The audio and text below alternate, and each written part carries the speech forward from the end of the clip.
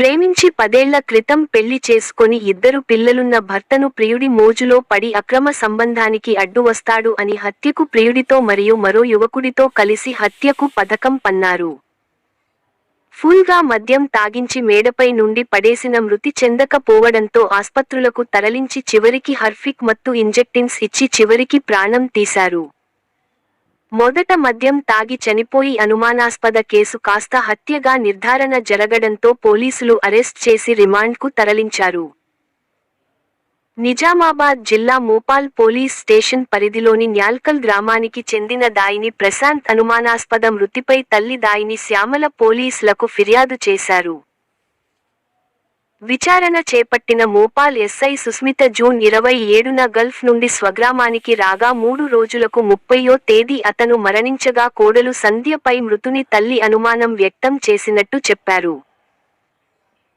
దర్యాప్తులో సేకరించిన ఆధారాలు, సాంకేతిక సాక్ష్యాలు మరియు నిందితుల విచారణలో మృతుని భార్య దాయిని సంధ్య, మిరుగూరి నిజామాబాద్ ఇంద్రాపూర్కు చెందిన అనిల్కు అక్రమ సంబంధం కొనసాగిస్తున్నట్లు తెలిసినట్టు చెప్పారు.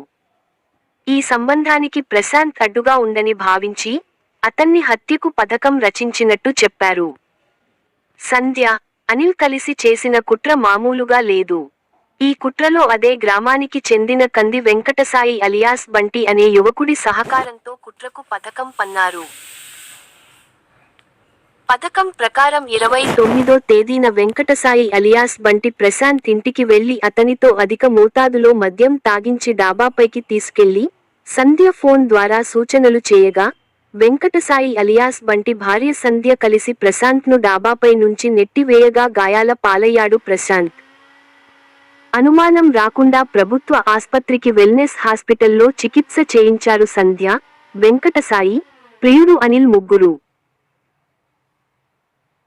అక్కడి నుంచి తిరిగి ఇంటికి తీసుకొచ్చి అనిల్ ప్రోత్సాహంతో సంధ్య తన వద్ద ముందుగా దాచిపెట్టుకున్న మత్తు ఇంజెక్షన్లు, మత్తు మాత్రలతో తయారు చేసిన ఇంజెక్షన్ మరియు టాయిలెట్ క్లీనర్ను ప్రశాంత్ చేతికి ఉన్న ఎక్కించి చేసినట్లు నిందితులు ఒప్పుకోవడంతో విచారణలో తేలడంతో నిందితులను రిమాండ్కు తరలించినట్టు ఎస్ఐ సుస్మిత తెలిపారు.